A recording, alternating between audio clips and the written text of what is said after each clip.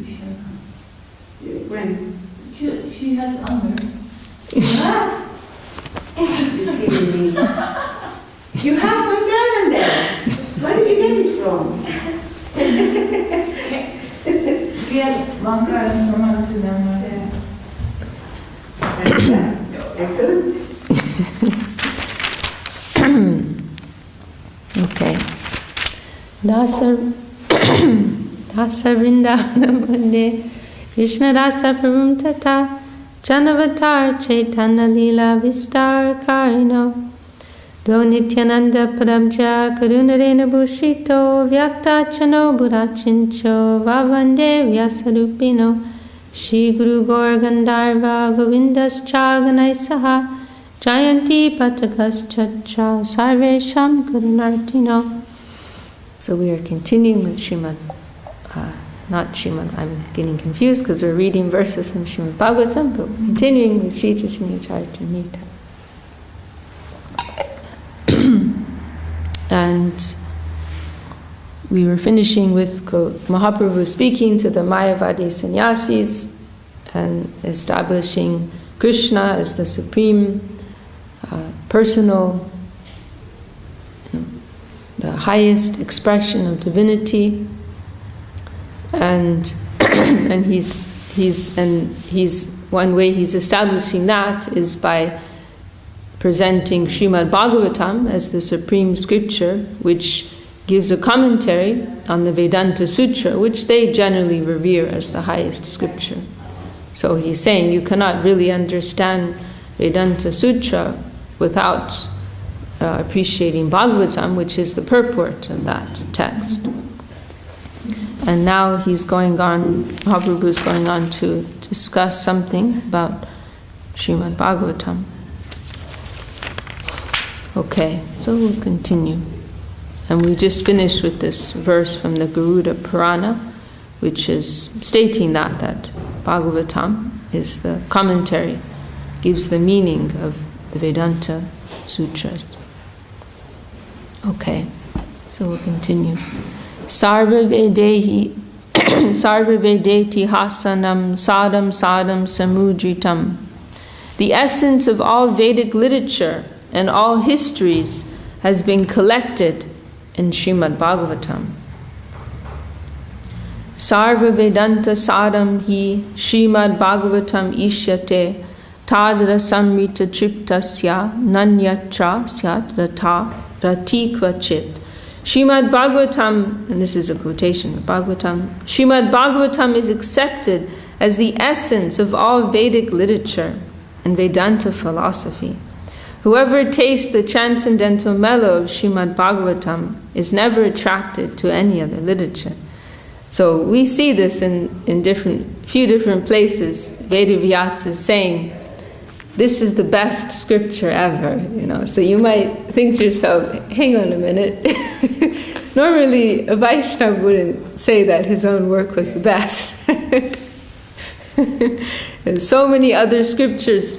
Because the scriptures, they were compiled by Vedavyasa, but mostly they were the revelation that came through the hearts of so many rishis, so many sages, and Vedavyasa, he simply organized them. He brought them together and organized them and presented them. So it's not that sometimes we may speak of him as the writer or the author, but mostly he was a compiler. So here he's saying, this, which is my own. Of course, that is also coming through Shukadev, right? It is enhanced by Shukadev, but mostly it is his own presentation. So he's saying here and in other places, this is the best scripture. You don't need to read any other scripture. This is the number one scripture. So you may ask, how can he say this? And Srila Sridhar Maharaj, I'm trying to think of the word that he used. But he described it as, Srila Sridhar Maharaj explained it as it was simply his impartial view. It wasn't based on any what's the word? I can't think. There's a Sanskrit word that he used, but the essence of it was that he was speaking. He used what's that word? The three qualities Srila Sridhar Maharaj was especially praised as having. Disinterested. I can't remember the Sanskrit word for that. But he was speaking from a disinterested angle of vision, meaning without any self-motivated interest. So impartially, through some impartial analysis, then, like ourselves, we may say, like myself and Devaki, we were born into this, and we may say, oh yeah, Krishna consciousness is the best, and people may not really take it seriously. Well, you were born into this, I don't know, we should really take your word for it. And then we may say, well, we have looked at some other religions, we've made some comparison from an impartial perspective, and really that is how we feel, But they might listen more to someone like Ch.Ch. She deliberately, consciously chose.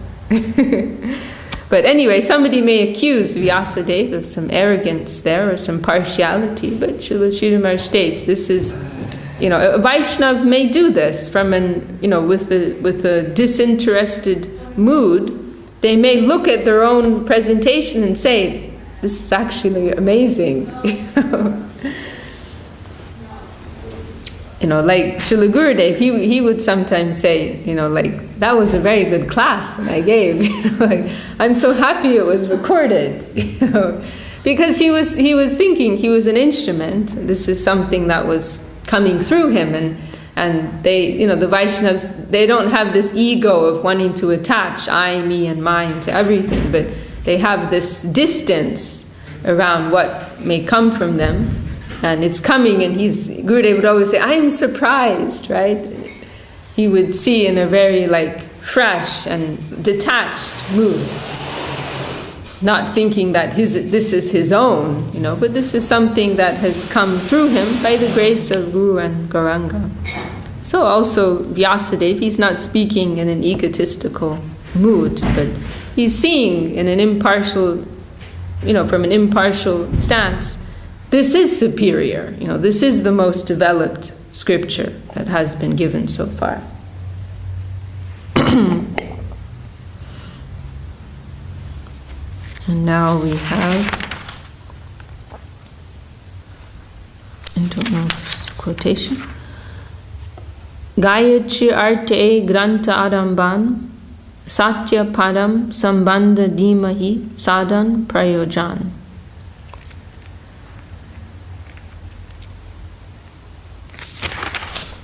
In the beginning of Srimad Bhagavatam, there is an explanation of the Brahma Gayatri mantra. The absolute truth, Satyam Param, which is in the first verse of Bhagavatam, indicates the relationship.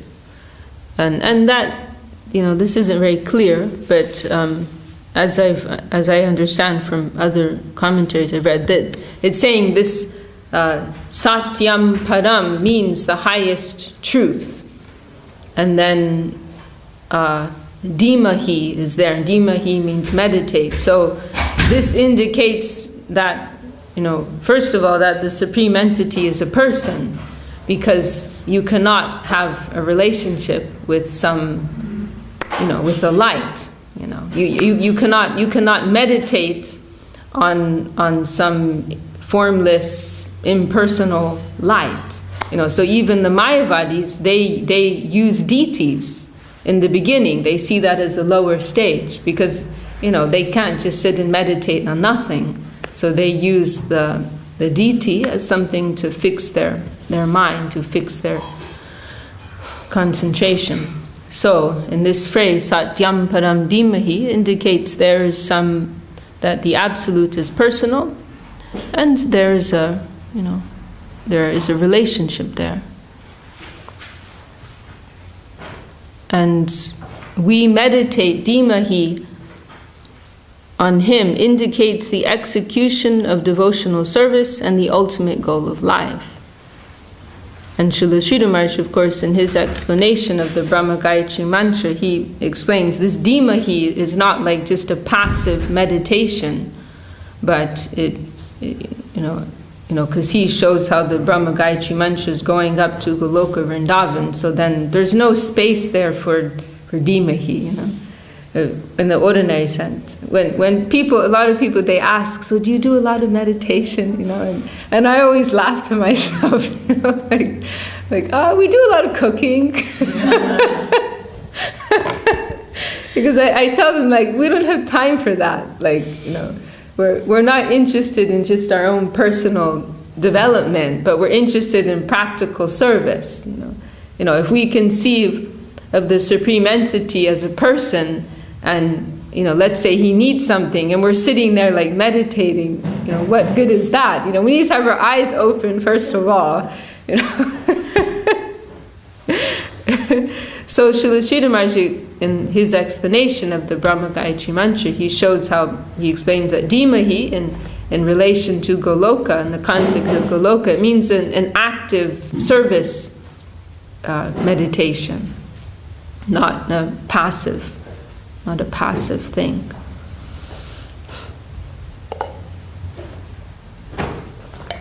Okay, so now we are going to read the first verse of Srimad Bhagavatam. And as Mahaprabhu has explained the 4 Chatu Shloki of Bhagavatam in terms of Sambandha Abhideya Prayojan, so Mahaprabhu, he also, I don't know if it's made so clear here, but I believe Srila Bhaktivinoda Thakur explained these first 3 verses can be understood in terms of Sambandha Abhideya Prayojan. Do you know what Sambandha Abhideya Prayojan means? Okay, well these are 3 really good terms to remember.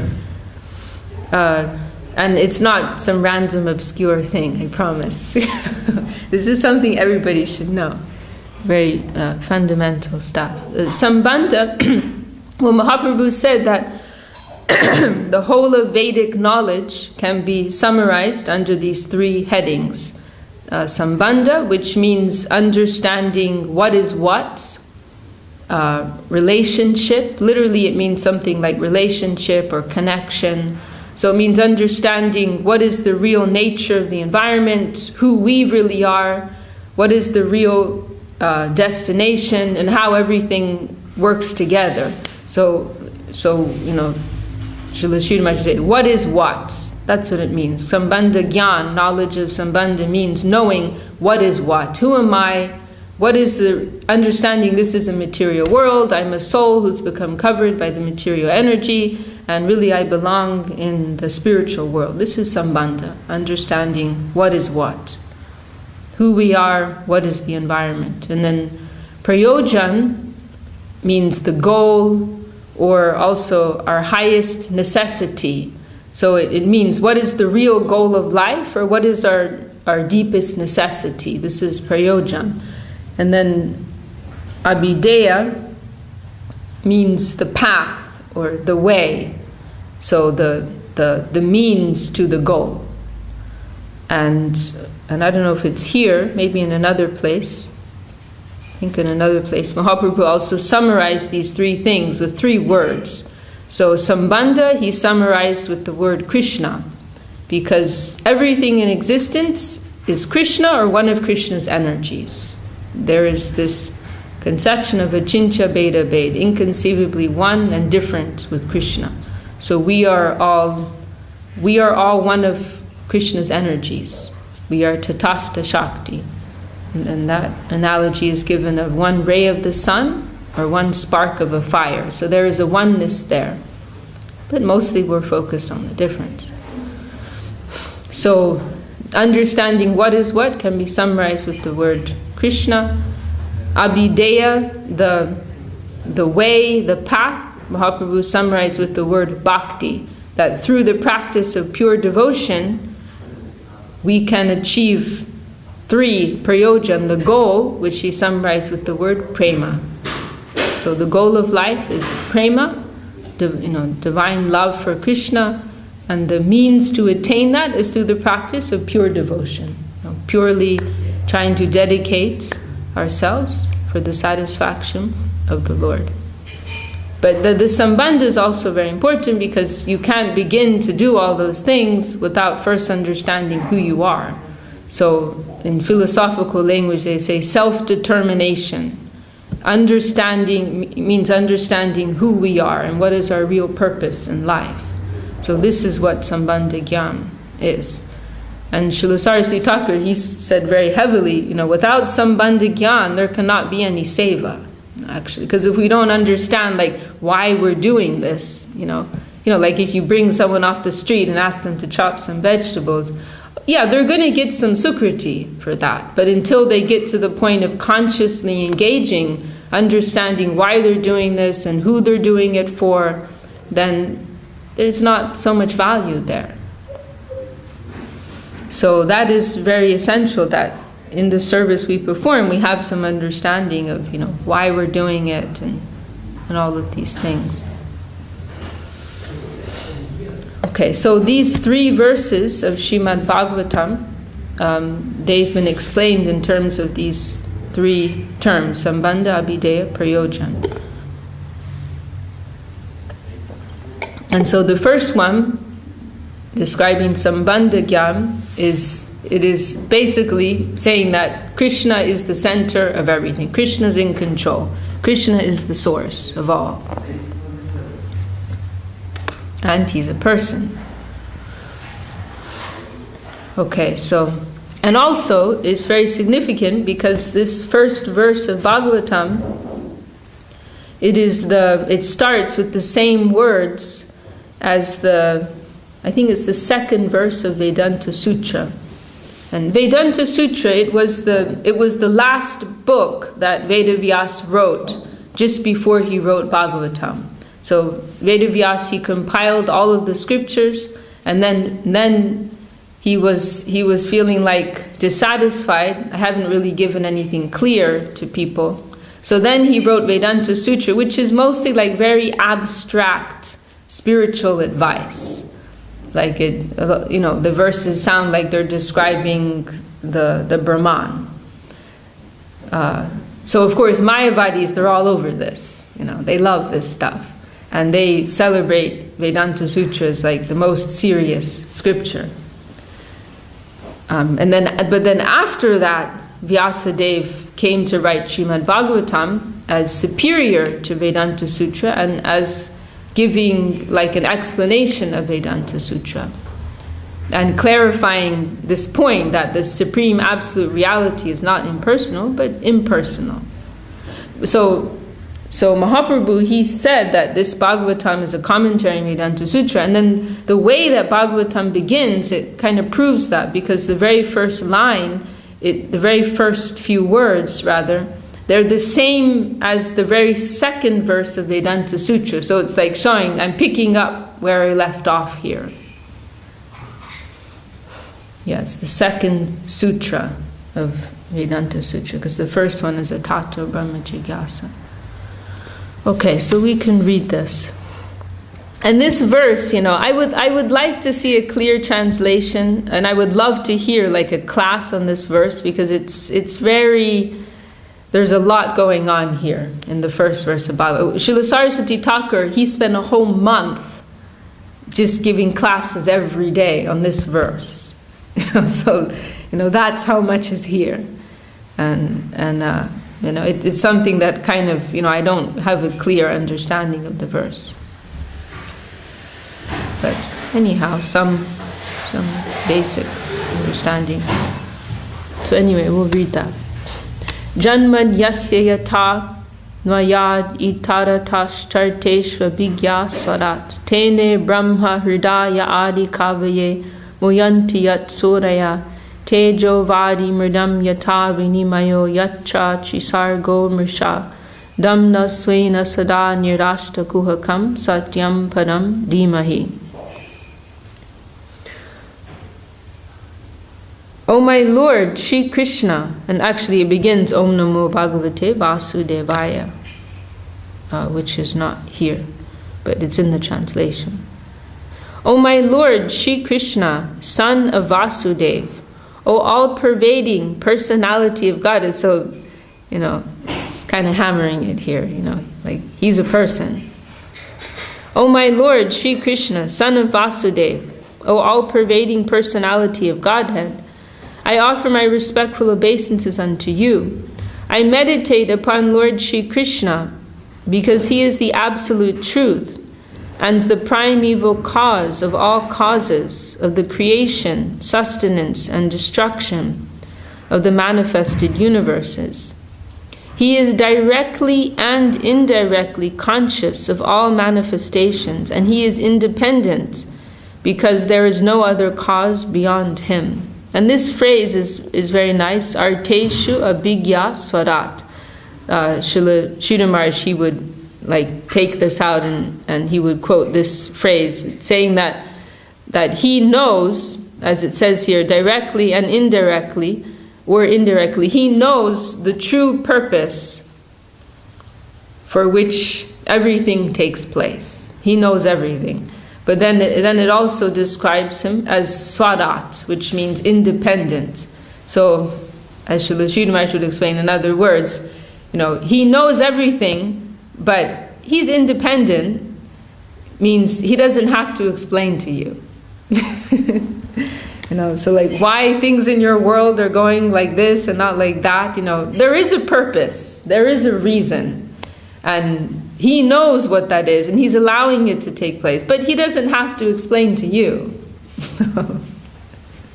So this, then this takes us in the line of surrender. What's happening to me, there is a purpose to it. It's not some accident, some random thing that's taking place. There is a purpose to it. There is some design behind it, but I'm not necessarily going to be told why. I have to accept what's in good faith. Yes. I have to accept in good faith that there's some purpose, and not only purpose, but loving purpose. There's love behind that. We will find out later. Maybe, maybe not. It's like when a surgeon is performing a serious operation and the patient's under anesthesia. So many little adjustments are taking place and the patient is not conscious. But all those adjustments, they're doing something. They're making an important difference. But the patient's not conscious. But, so in the same way, many things happen to us in our lives, and at the time we may see it as some trouble. But later on, we may look and actually, all these things have been happening. I've been bumping here and bumping there and clashing here and clashing there. And now I'm looking at myself and I feel somehow some transformation has taken place. And we may not be able to sit down and analyze every little detail, but on the whole we can see, something positive is coming out. If we face those things in the proper way, of course. If we're fighting with the environment, then, we lose that opportunity. Then we have to face it again. Yes, we'll definitely have to face it again.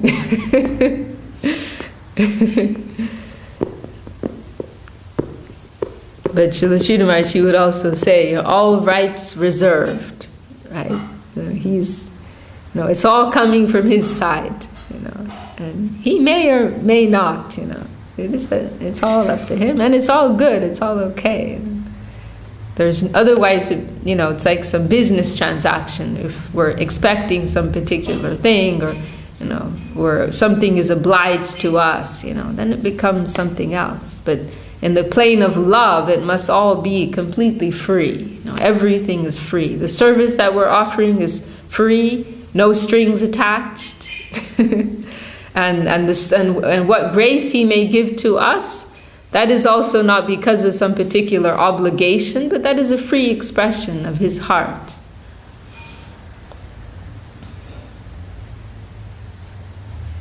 And so that is, what is more beautiful than that? Free service and free grace. It's all a very free transaction. Okay. It is he only who first imparted the Vedic knowledge unto the heart of Brahmaji, the original living being. By him, even the great sages and demigods are placed into illusion, as one is bewildered by the illusory representations of water seen in fire or land seen on water. Only because of him do the material universes, temporarily manifested by the reactions of the three modes of nature, appear factual, although they are unreal. I therefore meditate upon him, Lord Sri Krishna, who is eternally existent in the transcendental abode, which is forever free from the illusory representations of the material world. I meditate upon him, for he is the absolute truth. Okay. So? That's the whole verse? Yeah, that's the translation here. And I'll go on to the second verse, which is, quoted many, many times and very helpful for us. Dharma projita kaita vocha paramo nirmat saranam satam vedyam vastavam acharvastu shivadam tap chayon mulanam. Oh, it's already, we started late. Srimad Bhagavate Mahamuni Krite Kim Vapader Ishvara Sadyo Hridya Varujyate Chakriti Bi Shu Vish. This word's very difficult. Shu Bis Tat Kanat. Completely rejecting all religious activities which are materially motivated. This Bhagavat Purana propounds the highest truth, which is understandable by those devotees who are fully pure in heart. The highest truth is reality distinguished from illusion for the welfare of all. Such truth uproots the threefold miseries. This beautiful Bhagavatam, compiled by the great sage Vyasadeva, there he goes again, Mahamuni, in his maturity, is sufficient in itself for God realization. What is the need of any other scripture? As soon as one attentively and submissively hears the message of Bhagavatam, by this culture of knowledge, the Supreme Lord is established within his heart. So this is a wonderful verse, and many important points are made, or several are made here. So first of all, Vyasadeva is like clarifying, he's like distinguishing this book from all the other books that he's previously presented, because as we know, generally in the Vedic culture, the four ends of life, they're considered to be Dharma, Artha, Kama, Moksha. And you know about that, right? You've heard of that? Okay, well in India, these four things, they're like celebrated as, actually in everyone in the world they want these things. But especially in the Vedas, these four things, they're referred to, what's the Sanskrit phrase? Purushartha, I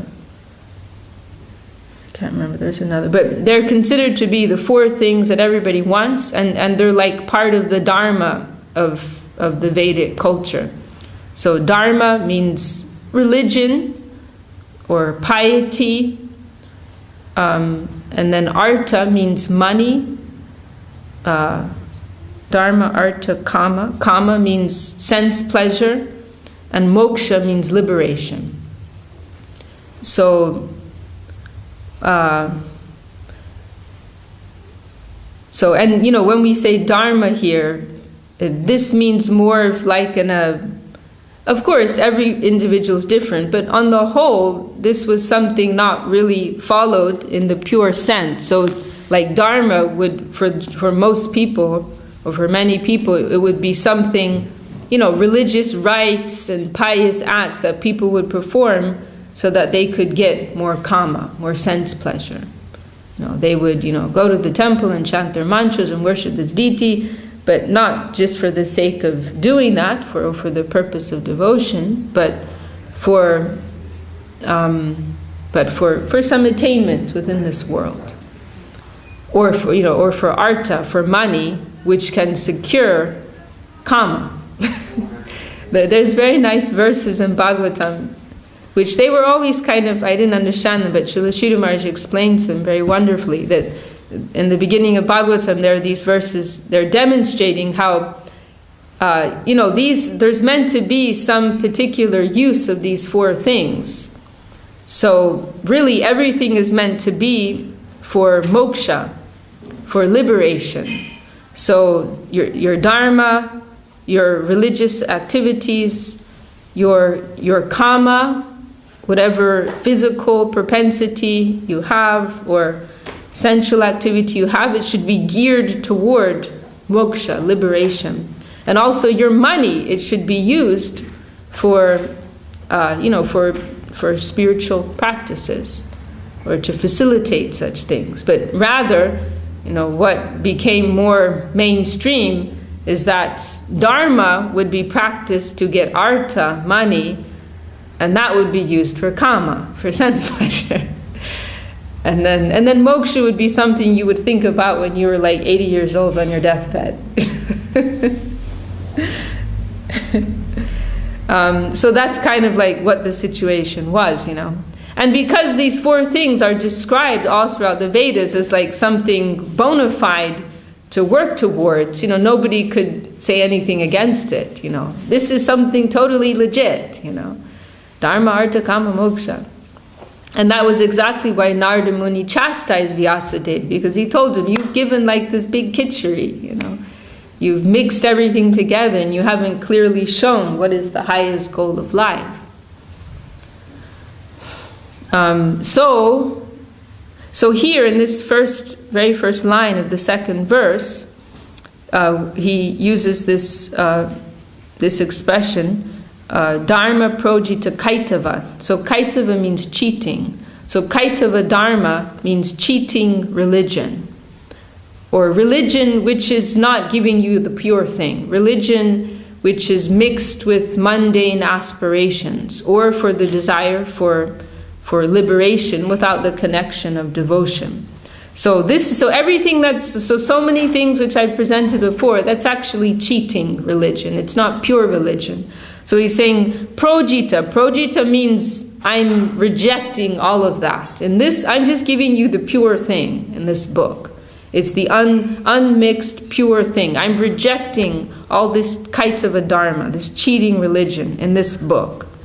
So this is pretty strong, very strong. He's starting out his book with this this bold declaration.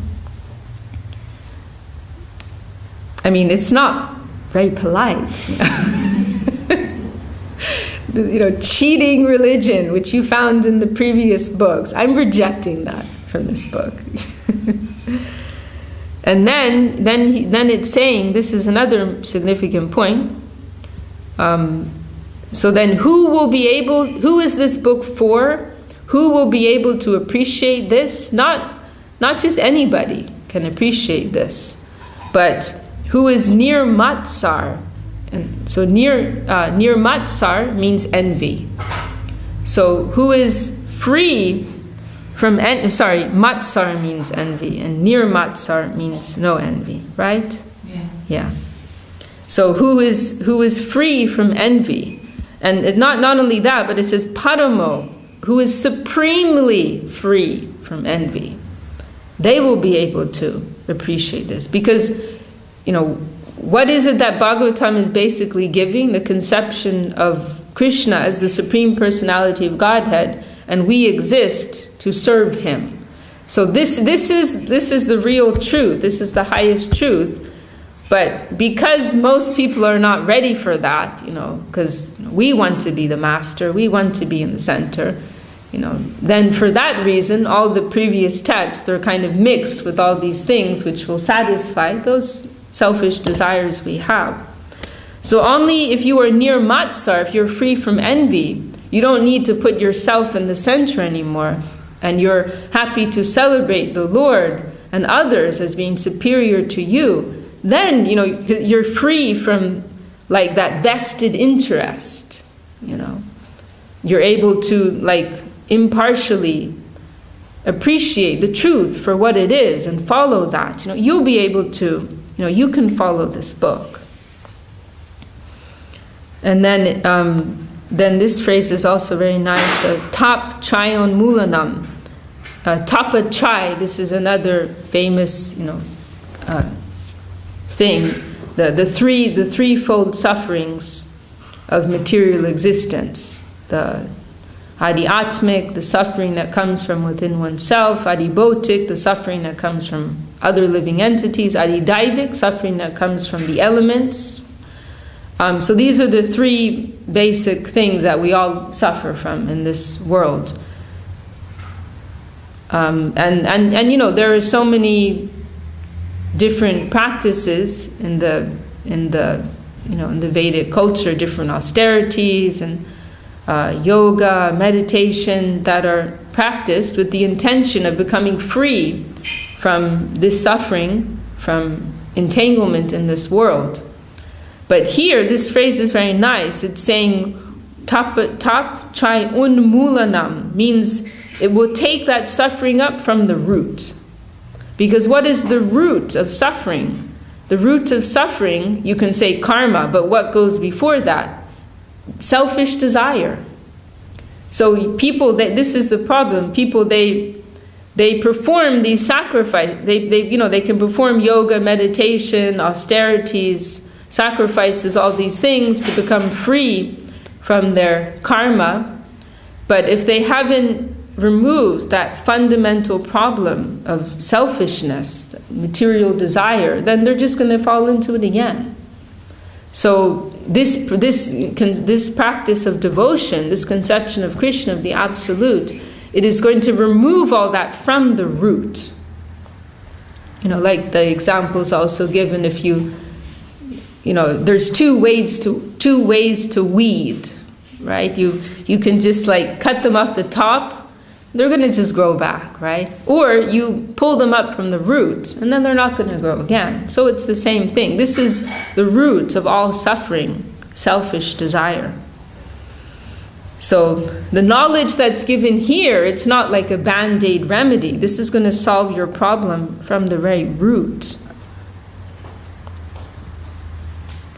And then this phrase, which is this word, which is very difficult to pronounce, this is also very significant.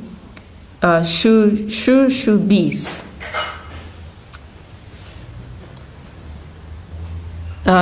which is, the translation's not so clear here, but it means hearing, but with some service desire. So it's concluding this verse saying that one who is hearing this Bhagavatam, but not just in a passive sense, but with some, like there's some conscious and active application of that, then it's saying the Supreme Lord, He will reveal Himself within our heart. So this word is significant because it's saying that we should not just hear this message in a passive way, but it should all be with some intention to serve. It is through service that we will really be able to receive this knowledge, and it will be revealed in our heart. And Gurudev, he gave an example of this word, how when Shamananda Prabhu came to study under Jiva Goswami. We hear these three, right? Shamananda and Srinivas and Narottam. These three, they studied under Jiva Goswami. And they all took initiation from different gurus. I believe Shamananda took from Jiva Goswami, maybe. But anyway, Srila Gurudev said that when he came to Jiva Goswami, one of the first things that Jiva Goswami did was he handed him a broom and he told him to keep some, I think it was by some kund, to keep it clean every day. So it wasn't just like they were sitting and studying and hearing, But they were given some practical service, and through that, developing their service mood, that would really enable them to receive this spiritual knowledge, because it's not just some intellectual, mental activity, but on a very substantial level. If we really want to receive this knowledge, the spiritual knowledge in a substantial level, then we have to show we want to serve that knowledge. Not that we want to make it a prisoner of our brains, but we want to serve that knowledge. Then we can come in connection with the real thing. Okay. So that's the first two, and then tomorrow we can... Oh, but Madhya should be here. Okay, then I have to read the third verse. I want to read the third verse. As Madhya should do the class tomorrow. I'm selfish.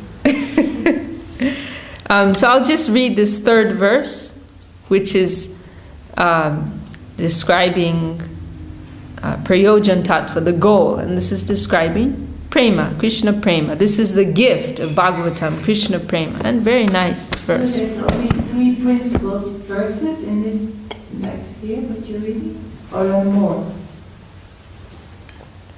Mahaprabhu, he's giving like some these 3 verses, they're like the introductory verses of Srimad Bhagavatam. So Mahaprabhu's giving them as like an introduction to Prakashananda Saraswati. So I'll just read this verse and then we can finish. Nigama, this is a very beautiful verse. Nigama kalpa tador galitam phalam shuka mukada mrita drava samyutam pibata bhagavatam rasam alayam mohor ahorasika bhuvi bavuka. The Srimad Bhagavatam is the essence of all Vedic literature, and it is considered the ripened fruit of the wish-fulfilling tree of Vedic knowledge. It has been sweetened by emanating from the mouth of Shukadeva Goswami. You who are thoughtful and who relish mellows should always try to taste this ripened fruit. O thoughtful devotees, as long as you are not absorbed in transcendental bliss, you should continue tasting this Srimad Bhagavatam. And when you are fully absorbed in bliss, you should go on tasting it forever. It gets lost in translation. It's very, very concise and very beautiful. It's an address to the rasikas, means persons who can appreciate rasa. So it's saying, oh rasikas, please taste this this fruit of Bhagavatam. So all of the Vedas, they're compared to a tree. If Vishva Nigama Kalpa Tador means a wish-fulfilling tree, which can give Dharma, Artha, Kama, Moksha. So all the Vedas are compared to this wish-fulfilling tree, and then Bhagavatam is compared to the fruit on that tree, which is giving prema, the 5th end of life. And this fruit is described as being very sweet, very ripe, has no skin, has no seed.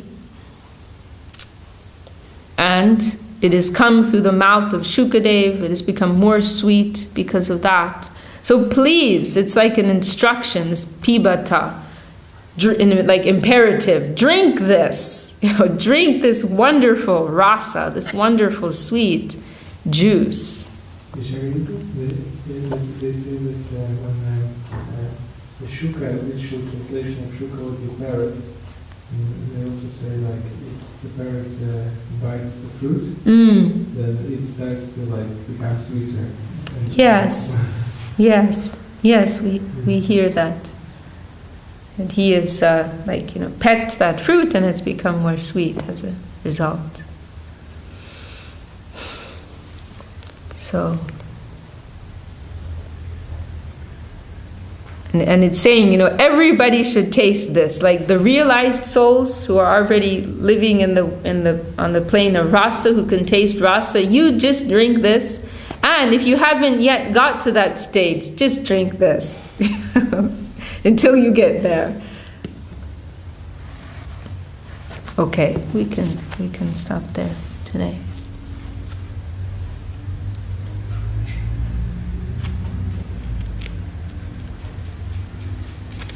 Okay. And then Mahaprabhu's concluding, telling Prakashananda, just study Bhagavatam, then you'll understand the Vedanta Sutra. Okay. Jai Shri Gurudev ki Jai, Shri Krishnadas Kaviraj Goswami ki Jai, Shri Chaitanya Charitamrita ki Jai, Srimad Bhagavatam ki Jai. Who's going to sing? Devaki, will you sing?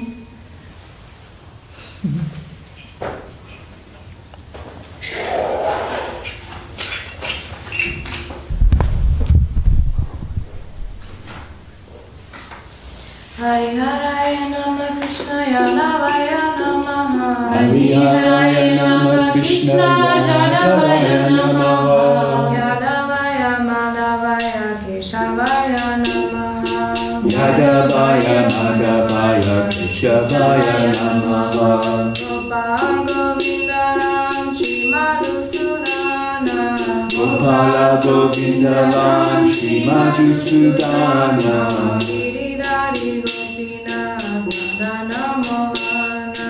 Giridhari Gopinatha Madana Mohana. Shri Chaitanya Nityananda Shri Advaita Chandra.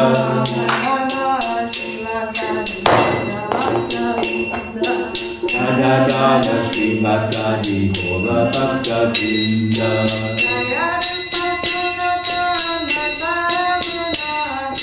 Jaya Rupa Sanatana Bhakta Vadunata.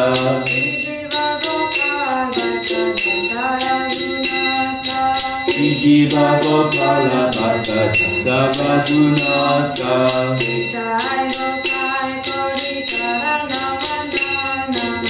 Jai Gosai Kori Jamana Bandana.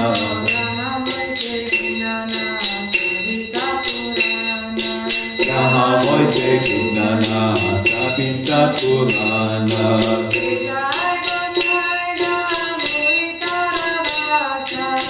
Jai Gosai Jana Muni Tangadasa.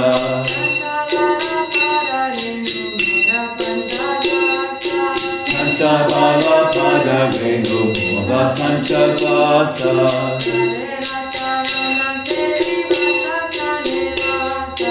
Vandavana Sevi Bhakti Shane Vasa.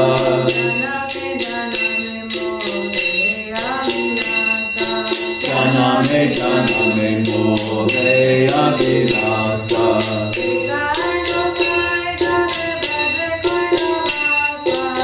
Jai Gosai Jave Patikole Bhasa.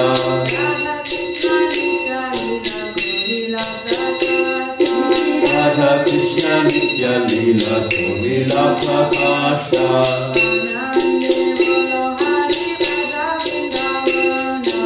Ananda Bolo Hari Bhaja Vrindavana.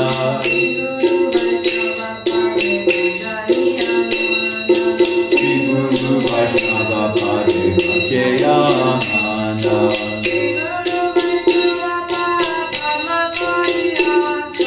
Shri Guru Vaishnava Pade Dharma Koriyasha. Harinam Sankirtan Kore Nagotama Dasa.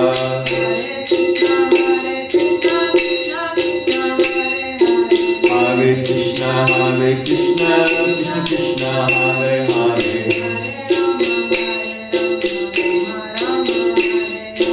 Hare Rama, Rama Rama, Hare Hare.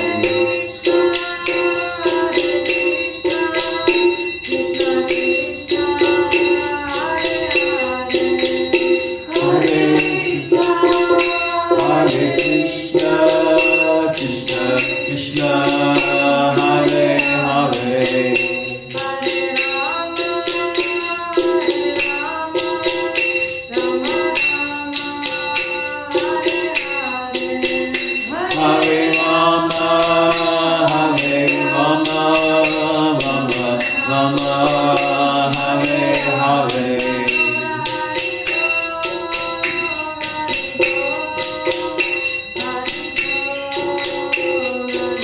Anitai Goda Hari Bol, Hari Bol, Hari Bol, Hari Bol.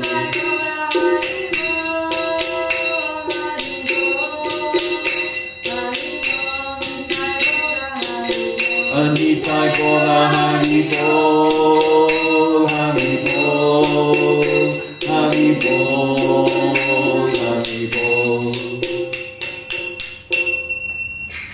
Jai Vishnu Bhakti Mahamsa Parivara Kuchaya Vaya Ashtaya Shatashi Sriyukta Sunati Jai. Jai Vishnu Bhakti Mahamsa Parivara Kuchaya Vaya Ashtaya Shatashi Sriyukta Jai. Bhagavan Shri Bhakti Siddhanta Saraswati Swami Thakur Jai. Jai.